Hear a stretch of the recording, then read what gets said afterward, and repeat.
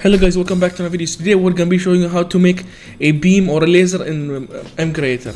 So what are we going to do right now is basically make a procedure that causes a beam to summon in a specific direction.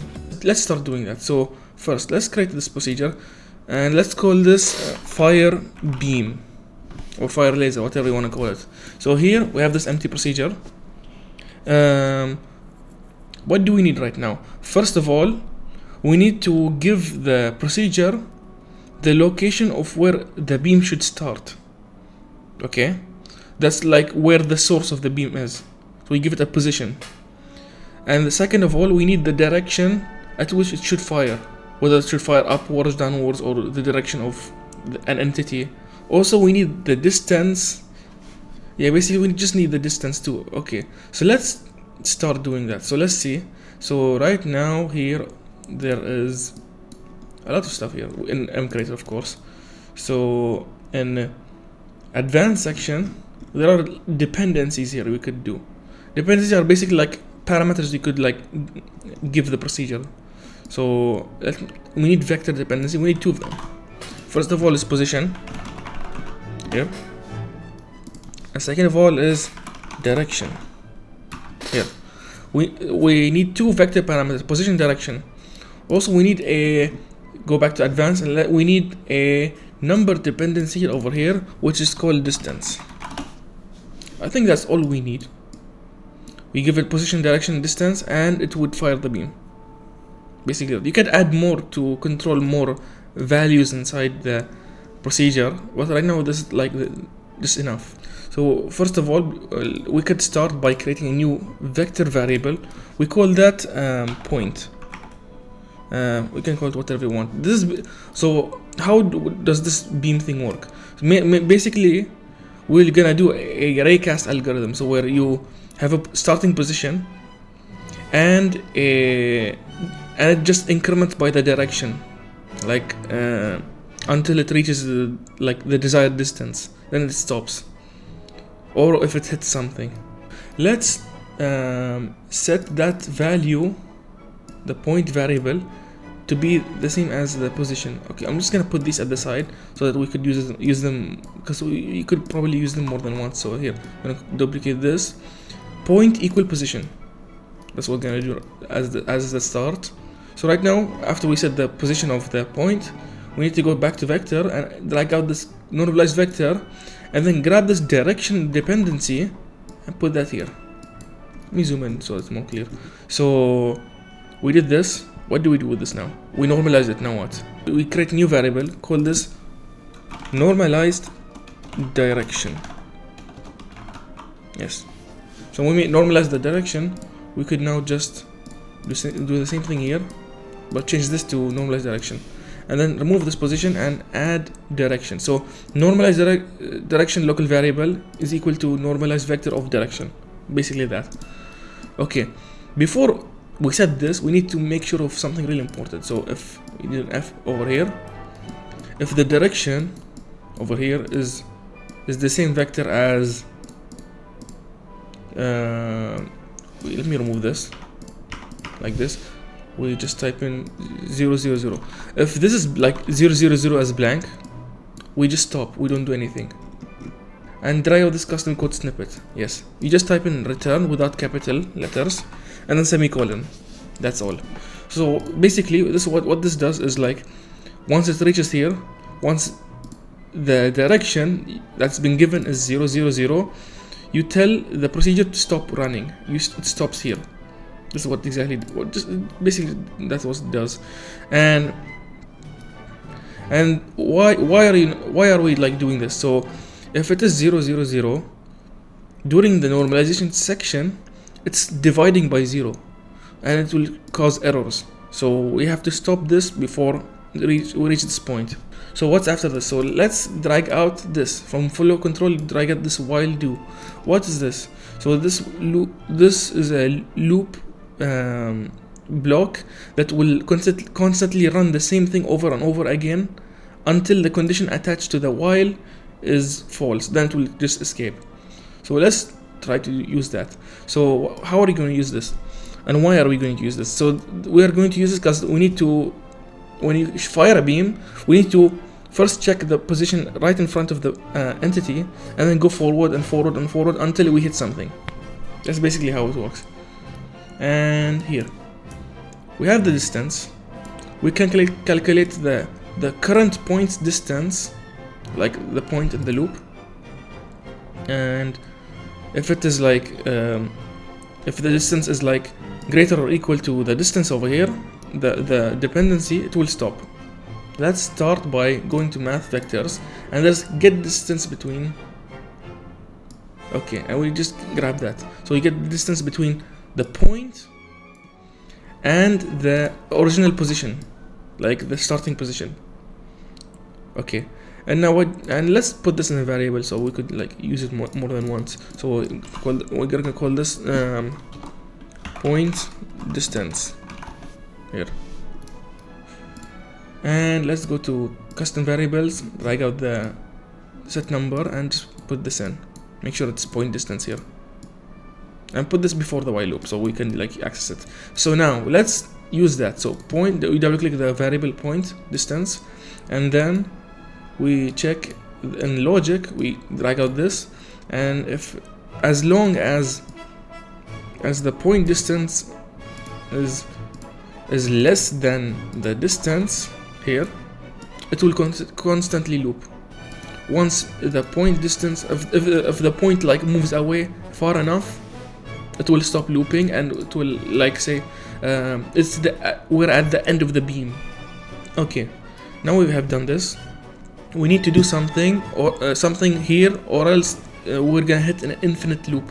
So because this will constantly be true as long as the point distance is less than the distance. So basically all the time. And to fix this issue, so we need to constantly increment the point that we're like calculating distance between by the direction, and then we multiply by the step amount. What's the step amount? Like how step amount just means how forward do we go, like how much distance should we travel each loop. So let's put this in, go to custom variables and drag out this point, set local variable point. Here it's a vector, of course, and what we're gonna do is just grab the point again. We double click on the point variable, we get this, and we go to vector math, and we can just add by the direction we have. We should not use the direction directly, no, we should use the normalized direction we made earlier, so that it's like is normalized and is actual representative of the direction instead of some unnormalized value. Okay, we multiply that, like there is, how do you multiply in vector? So let me see, here there is plus, minus and times. We can multiply this, but this multiplies with vectors, so we can't just put numbers here. So how do we multiply in vectors? We go to vectors tab and go here, scale vector. Scale vector literally means multiplication, and if you change this to division, it will do division. Here we have this now, so we put this in here, and then how much do we scale it by? So right now it scales by 1, so what it will do is just the point will jump 1 block every time, 1 block. So if you like shrink it to like 0.1, it will be more accurate, but also is like more performance intensive. So if you have this, if you're working on this, do not put this in a really small number and have like a really insane distance, or else it will like slow down the Minecraft in general. So let's keep it as 0.1, just so like it's not too accurate, it's not too jumpy, it doesn't jump too much, and should like most likely just catch any mob or whatever it hits. So here we have this here. This should be the last part of the loop, by the way. So we put our stuff on top of this. So let's do something here. Now we have done this. let's go to flow control, add an if statement, go to logic, add a not, and then go to world procedures, data, and scroll down and find is not client side. So over here is where all the gameplay logic will work. Like this, I mean, this is the gameplay logic, but like whatever's within this will be server side and would affect mobs and objects or whatever. You know what? Actually, let's do this entire thing. It's like way safer like this. It's way easier to deal with. So we have this. So this will run only on server side. It will not run on client side. So in world procedure here, if you go to action, we can spawn particles. Yeah. So if we scroll down, do not choose spawn single client side particle. That will not work because it's client side. We scroll down to spawn server side particles, this one, and put this here. So this will spawn a particle at a specific position for every time it jumps, like if the point just goes forward. Let's make this external so it's more readable. And the area dx, dy, dz, that's just the area at which the particles will spawn. I'm just gonna put this at 0.1, so it's like, so it looks like a beam. And the speed we set to like 0, so that like we don't want to scatter, we don't want the beam just to scatter. So let's choose fire, I don't know what's called, flame. Yes, let's choose small flame. It will spawn 5 at this, like in this area, 0.1. Okay, now there's one more thing to change here, because we don't want to use XYZ. We don't want to use XYZ. We have the points, as you can see here, point. We have that. Let's use that. So how do we get the individual XYZ points and put them in this? So we go to vectors and just have, as you can see, there's XYZ vector position of. Yeah, put these like so. Make sure this is X, this is Y, and Z, like in that order, and then put point here. So right now, what this does, it just fires a beam of particles and does nothing. It will go through blocks and everything. We can make it so that it gets blocked by blocks. Like if there is a block in the way, it will stop at that block. So let's do that. Basically, what you're gonna do is like go to flow control, add an if statement right here, and check if like here. We scroll down and check is block at XYZ solid. Remove the XYZ part and add these. Yeah, you just do that. Actually, let's put this at the top so like it doesn't spawn particle within the block. So here, if this position is solid, is a solid block, it will stop. So how do we stop that? The loop. So here you can just go to flow control and break out of loop, which basically would basically just exit the loop, the while loop, like without needing for this condition to be true or false. I mean, once it breaks, it just ends here. So right now the fire beam procedure is not being called by anything and it will not execute at all. So let's create an item that will use it. So let's do this real quick. So fire wand, whatever, fire wand. Let's just give it any texture. I'm gonna just give it like stick texture. Yeah, and yeah, let's call that today. Yeah, fire wand, and let's not make it stack, so it's like an item, like a tool. And when right click, let me just do this, create procedure. Boom, we create a different procedure that will call this procedure. So we drag this call procedure, procedure block, and select fire beam. Right now it needs distance, direction, position, and those kind of stuff. So if we put this in, we need like 3. We need to put 3 right now. So here we put in distance. So we put distance and direction. Oops, direction and position. And we have to fill them up. So we have to fill these up. So like Distance, we could like make it only work up to 16 blocks. Yeah. And in direction, we could go to entity procedures and then get look angle vector, which basically just gives the direction the entity looks at. And lastly, the position, we just go back to entity procedures and go to data and select the position and put this here. So this, what this should do is use the, basically just fires the beam. So if I press save right now here and then go save also here, first of all, before we save, we need to put it in a creative tab so we can access it easily. So it's going to be in tools and utilities here. So tools, utilities, max stack size. Okay, we can now test it out. Okay, well, I'm in this wall right now. Let's see. Here is my fire wand, and if I right click, I mean, it looks like a normal stick, but anyway, it does this. Does it stop if I shoot into a log? It does not.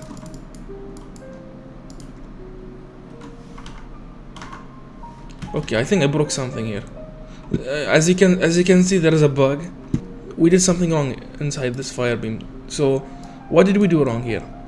As you can see, point distance, it's only being calculated once, and we need it every time it loops.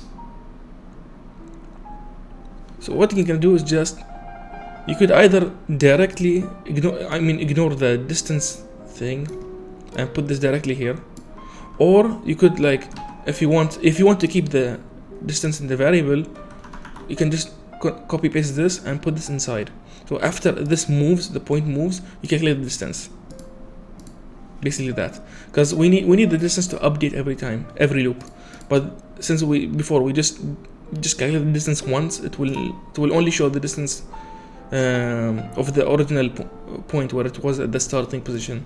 So now this should work. At least so that it doesn't crash the game. Okay, apparently it's working now. Huh? Okay, this is weird. I did not change anything. Oh my god. Okay, let's deal damage. So how do we deal damage to mobs in the way? We did this is block solid or not, and if it's solid it will break. So we could do this. So we get does entity exist at that position, or whatever position we want to specify. So I'm gonna copy paste this XYZ again, because that's the point of the loop. Okay, and now we have this, and we select living entity. Living entity literally means just every single like mob, like animals, players, whatever. If there is a entity here at that position, what do? Is we just go here, put this in. You could do it in two ways now inside this. Either you get the closest living entity or any entity and then damage that entity, or you could damage like a group of entities. So let's do both. So if you want to like damage a group of entities, you do for each entity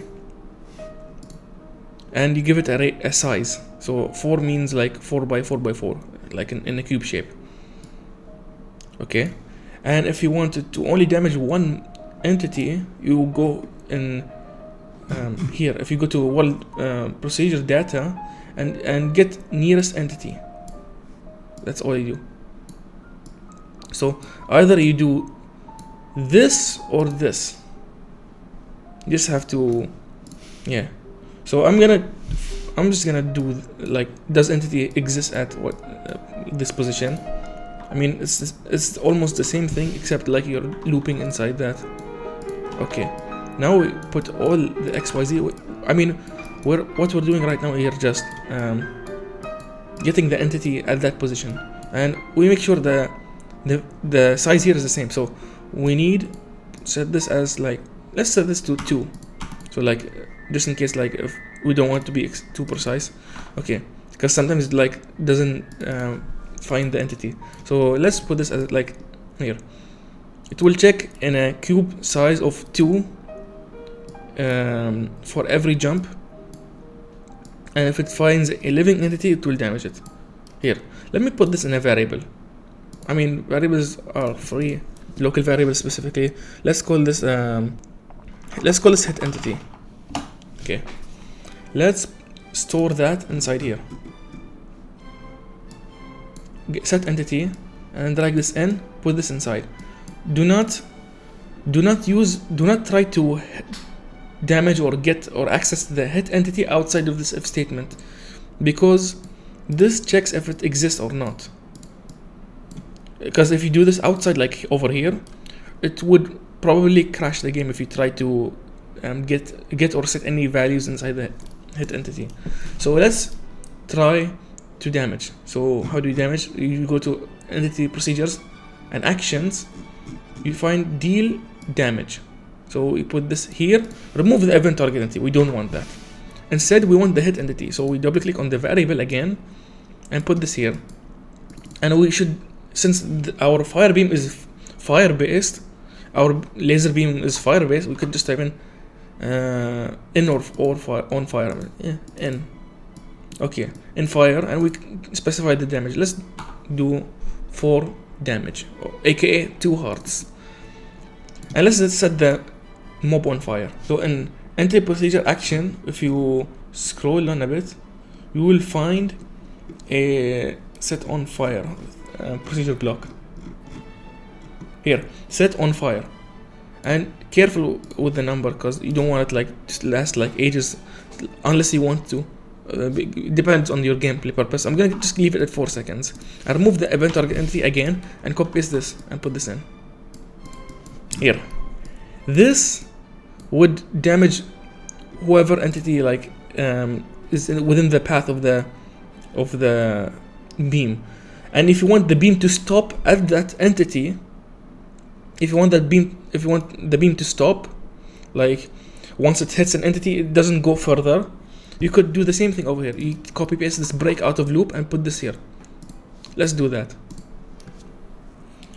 If you don't do that, it will just pierce and go to the next mob.